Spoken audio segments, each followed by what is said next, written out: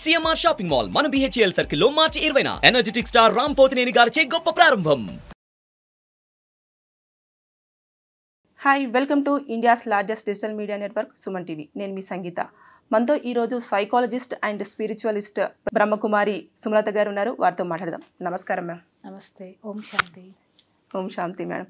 Madam, అంటే చాలామంది ఒక విషయం చెప్తున్నప్పుడైనా లేదంటే ఏదన్నా మనకు ఇన్ఫర్మేషన్ అందిస్తున్నప్పుడైనా కూడా వారు అబద్ధం చెప్తున్నారు అని ఈజీగా మనం పసిగట్టేయచ్చు అని చెప్పేసి చాలామంది చెప్తూ ఉంటారు.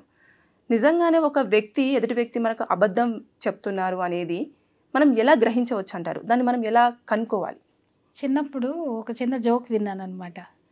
అంటే అబద్ధాలు అనేవి ఎలా ఉంటాయి, అవి ఎంత హార్మ్ఫుల్ అనేవి పెళ్లి సంబంధానికి వెళ్తే అమ్మాయి తరఫు వాళ్ళు అడుగుతారనమాట అబ్బాయిని, బాబు నీకు ఏమన్నా చెడు అలవాట్లు ఉన్నాయా, తాగుడు అలవాటు ఉందా అంటే లేదు అంటాడు, పేకాట అలవాటు ఉందా అంటే లేదు అంటాడు.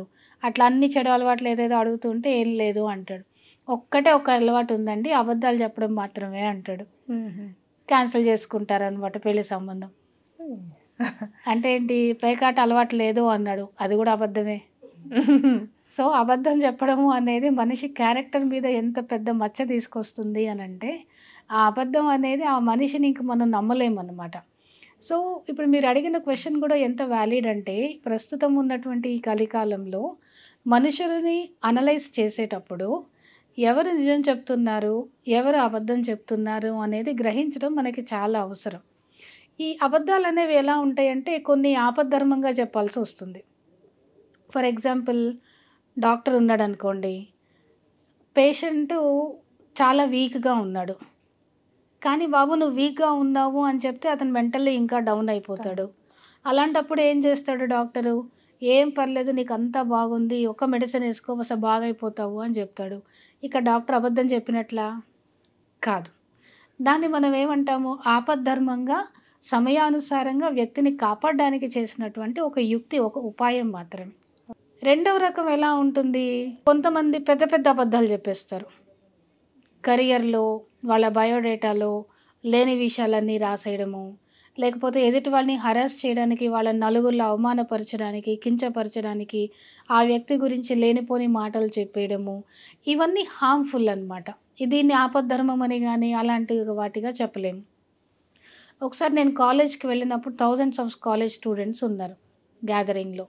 ఈ అబద్ధాల టాపిక్ వచ్చినప్పుడు ఎంతమంది రోజు అబద్ధాలు చెప్తారు అంటే, ఆ 1000 మెంబర్స్లో ఆల్మోస్ట్ 99% అందరూ చేతులెత్తారు. సో నాకు డౌట్ వచ్చిందనమాట, రోజు అబద్ధాలు చెప్తారు, ఎన్ని చెప్తారు, ఏ విషయం మీద చెప్తారంటే దేని మీదైనా చెప్పేస్తాం సిస్టర్, మాకు అదొక సరదా అనేసారు. అంటే అబద్ధం చెప్పడం కూడా ఒక సరదాగా అయిపోయింది ఈరోజు జనరేషన్లో. ఎలాగ ఎగ్జాంపుల్ చెప్పండి అంటే, ఒక అబ్బాయి చెప్పాడనమాట, వాళ్ళ ఫ్రెండ్కి వెళ్ళి చెప్తాడంట, నిన్ను ప్రిన్సిపల్ పిలుస్తున్నారు అని చెప్పి.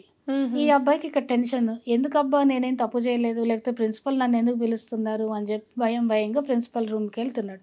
నిజానికి ప్రిన్సిపల్ పిలవలేదు ఈ అబ్బాయిని. సో ఈ అబ్బాయి ఏంటి బయట వెయిట్ చేస్తున్నాడు, ప్రిన్సిపల్ గారు ఫోన్లో మాట్లాడుతున్నాడు, నన్ను చూసి పిలుస్తాడేమో అనుకున్నారు. బట్ స్టిల్ ఇతనే చొరవ తీసుకొని లోపలికి వెళ్ళి గమ్ముగా అక్కడ నిల్చున్నారు ప్రిన్సిపల్ గారి ముందు. ప్రిన్సిపల్ గారికి తెలియదు ఈ అబ్బాయి ఎందుకు వచ్చాడో. సరే మీరే కదా పిలిచారు అంటే, నేను ఎక్కడ పిలిచాను అనగానే అది ఎంత ఎంబరాసింగ్ సిచ్యువేషన్ అబ్బాయికి. సో బయటికి రాగానే ఫ్రెండ్స్ అందరూ ఎగతాళి చేయడం అనమాట, చూసావా నిన్ను ఎగతాళి చేసాము అంటే నిన్ను ఏడిపించాము అని. సో ఈ అబద్ధం అనేది ఆ అబ్బాయికి ఎంత ఎంబరాసింగ్గా, ఎంత ఈ సిచ్యువేషన్ ఎంత ఇదిగా ఉంటుంది ఆ అబ్బాయికి. సో ఎదుటి వాళ్ళని హర్ట్ చేసేలాగా, ఎంబరాస్ చేసేలాగా, కొన్ని క్రిమినల్ వేస్ ప్రకారంగా కూడా అబద్ధాలు చెప్పడము, ఇవన్నీ కూడా ఉంటాయి. సో అబద్ధాలు చెప్పడం అనేది ఈ రోజుల్లో ఎంతగా అయిపోయింది అని అంటే, ఎవరు నిజము ఎవరు రాంగు అనేది అర్థం చేసుకోవడం చాలా ముఖ్యం. ఫస్ట్ ఆఫ్ ఆల్ జస్ట్ మనం సూపర్ఫిషియల్గా చూస్తే నిజం చెప్పేవాళ్ళు, అబద్ధం చెప్పేవాళ్ళు ఇద్దరు కాన్ఫిడెంట్గా చెప్పినట్టే అనిపిస్తుంది మనకి. ఎగ్జాక్ట్లీ. కొంతమంది చాలా చాకచక్యంగా, అంటే చాలా నీట్గా అసలు అది నిజంగా అబద్ధమా కాదా, నిజమేనేమో అని నమ్మేలాగా డౌట్ రాకుండా అలా చెప్తారు మేడం. అసలు అది కూడా ఒక ఆర్ట్ అనుకోవచ్చు అది కూడా ఒక నెగటివ్ ఆర్ట్. అవును మేడం. సో అది ఎలాగుంటుంది అని అంటే, అసలు ఇంకా ఎదుటి వాళ్ళకి డౌట్ రానంతగా చెప్తారు. ఇది ఎప్పటి వరకు, స్టార్టింగ్ స్టేజెస్ మాత్రమే. తర్వాత కొద్దిగా మనం గమనిస్తే ఆ వ్యక్తి ఎటువంటి వాడు, అనేది ఫస్ట్ టైం మనము ఓకే అతను నిజమేమో అని నేను నమ్ముతాను. కానీ ఆ వ్యక్తి యొక్క నాడిని నేను అర్థం చేసుకుంటాను అనుకోండి, ఆ వ్యక్తిని బట్టి ఇప్పుడు ఇతను నిజం చెప్తున్నాడా అబద్ధం చెప్తున్నాడా, సో నేను ఒక పాజ్ తీసుకొని ఇతను ఎలాంటి వాడు, నేను నమ్మాలా వద్దా అనేది నేను ఫస్ట్ ఆలోచించుకుంటాను అనుకోండి ప్రశాంతంగా కూర్చొని, నాకు అర్థమైపోతుంది. అది ఎవరికైనా కూడా ఆ ఇంట్యూషన్ అనేది భగవంతుడు మనందరికీ ఇచ్చాడు. రెండోది, స్టార్టింగ్లో మనకి అంటే కాన్ఫిడెంట్గా వాళ్ళు చెప్తున్నారు కాబట్టి వాళ్ళు అబద్ధం చెప్తున్నారా లేదా అని అర్థం కాకపోవచ్చు. నెమ్మదిగా సెకండ్ స్టేజ్లో, థర్డ్ స్టేజ్లో మనం ఒక 2-3 క్వశ్చన్స్ అడిగామనుకోండి, వాళ్ళ ఆన్సర్ వేగ్గా ఉంటుంది, క్లియర్గా ఉండదు. ఇప్పుడు నేను ఈ అబ్బాయి ఎగ్జాంపుల్ చెప్పాను కదా, ప్రిన్సిపల్ గారు పిలుస్తున్నారని నా అబ్బాయి చెప్పాడు కదా. సో ఆ టైంలో ఇప్పుడు ఈ అబ్బాయి ఏం చేయొచ్చు, అవునా ఎందుకు పిలుస్తున్నారు, ఏమన్నా చెప్పారా నీకెక్కడ కలిసారు ప్రిన్సిపల్ గారు, లేకపోతే అటెండర్తో చెప్పించారా, సమ్ క్వశ్చన్స్ ఏదన్నా మనం ఫ్యూ క్వశ్చన్స్ ఏదన్నా అడిగామనుకోండి, ఖచ్చితంగా వాళ్ళ మాటల్లో తడబాటు కానీ ఆన్సర్ ఎత్తుక్కుంటారు చూడండి. ఆ ఎత్తుక్కునే దాంట్లో ఒక 1-2 సెకండ్స్ వాళ్ళ టైం గడపడం కానీ, బాడీ లాంగ్వేజ్ కానీ, దాంతో కూడా వాళ్ళు అబద్ధాలు చెప్తున్నారు, అక్కడ నిజం లేదు అనేది అర్థమవుతుంది. ఓకే, వాళ్ళని ఏమంటాము, ఫ్రాగ్మెంటెడ్ సెంటెన్సెస్. అంటే కాన్ఫిడెంట్గా కంటిన్యూస్గా మాట్లాడరు, బికాస్ వాళ్ళు నిజం కాదు కాబట్టి, క్రియేటెడ్ విషయాలని వాళ్ళు మనకి చెప్పాలి కాబట్టి ముక్కలుగా తడుముకుంటూ ఫ్లో ఉండదు, ఆ ఫ్లో లేకుండా కట్గా మాట్లాడుతూ ఉంటారు. అక్కడ జరిగిన విషయమే నేను మీకు చెప్తున్నాను అనుకోండి, ఇప్పుడు నేను దారిలో వస్తుంటే ఇదిగో ఇది చూశాను సంగీత గారు, ఇది అని నేను చెప్పేస్తూ ఉంటాను. అదే నేను కల్పించుకొని చెప్తున్న విషయం అనుకోండి, ఆలోచించుకుంటాను, మధ్యలో ఆలోచిస్తుంటాను. అంటే నా సెంటెన్సెస్ మధ్యలో బ్రేక్ అవుతూ ఉంటాయి, ఆ కంటిన్యూటీ, ఆ ఫ్లో అనేది ఉండదు.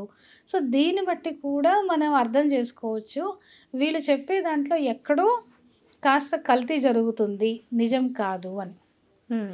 ఇక్కడ మనం ఇంకో విషయం అర్థం చేసుకోవాల్సింది ఏంటంటే, వాళ్ళు మొత్తం అబద్ధం చెప్పకపోవచ్చు. సపోజ్ ఇప్పుడు నేను వస్తున్నాను దారిలో, ఏదన్నా ఒక చిన్న సంఘటన జరిగింది, దాన్ని నేను మీకు అబద్ధాలు, మసాలాలు, నిజాలు అన్నీ కలిపేసి ఒక మసాలా మీ ముందు పెడుతున్నాను అనుకోండి, అప్పుడు ఎలా ఉంటుంది, న్యాచురల్లీ అందంగా ఉంటుంది. కానీ మధ్యలో కాస్త నేను యాడిషన్ చేస్తున్నాను కాబట్టి ఏమవుతుంది, తెలిసిపోతూ ఉంటుంది. నిజంగా ఇంత జరిగిందా అని మీకు డౌట్ రావచ్చు. ఏంటి మేడం నిజంగా జరిగిందా అని మీకు డౌట్ వస్తుంది. ఆశ్చర్యంగా ఒక క్వశ్చన్ వేస్తాం, అవునా మేడం నిజంగా అలా జరిగిందా అని అడుగుతారు. సో ఇలాగా, సో ఒక అబద్ధం అనేది పూర్తిగా అబద్ధం కూడా కాకపోవచ్చు, కాస్త నిజము ఉండొచ్చు, కాస్త అబద్ధము ఉండొచ్చు. సో ఇక్కడ మనము ఆలోచించాల్సింది ఏంటంటే, ఆ వ్యక్తి యొక్క నాడిని బట్టి, మనందరం అంత మరీ తెలివి తక్కువ వాళ్ళు ఎవరు లేరు ఈ ప్రపంచంలో. ఎదుటి వ్యక్తి నాడిని బట్టి, ఎదుటి వ్యక్తి బోస్ట్ చేస్తున్నాడా, ఎక్కువ చెప్తున్నాడా, నిజము అబద్ధము అన్నీ కలిపి చెప్తున్నాడా, ఇవన్నీ కూడా మనం కాస్త శ్రద్ధ పెడితే వాళ్ళ బాడీ లాంగ్వేజ్ని బట్టి, వాళ్ళు ఆలోచించే దాన్ని బట్టి, మధ్యలో ముక్కలుగా మాట్లాడడాన్ని బట్టి ఇలా వీళ్ళు అబద్ధాలు చెప్తున్నారు అనేది మనకు అర్థమైపోతుంది.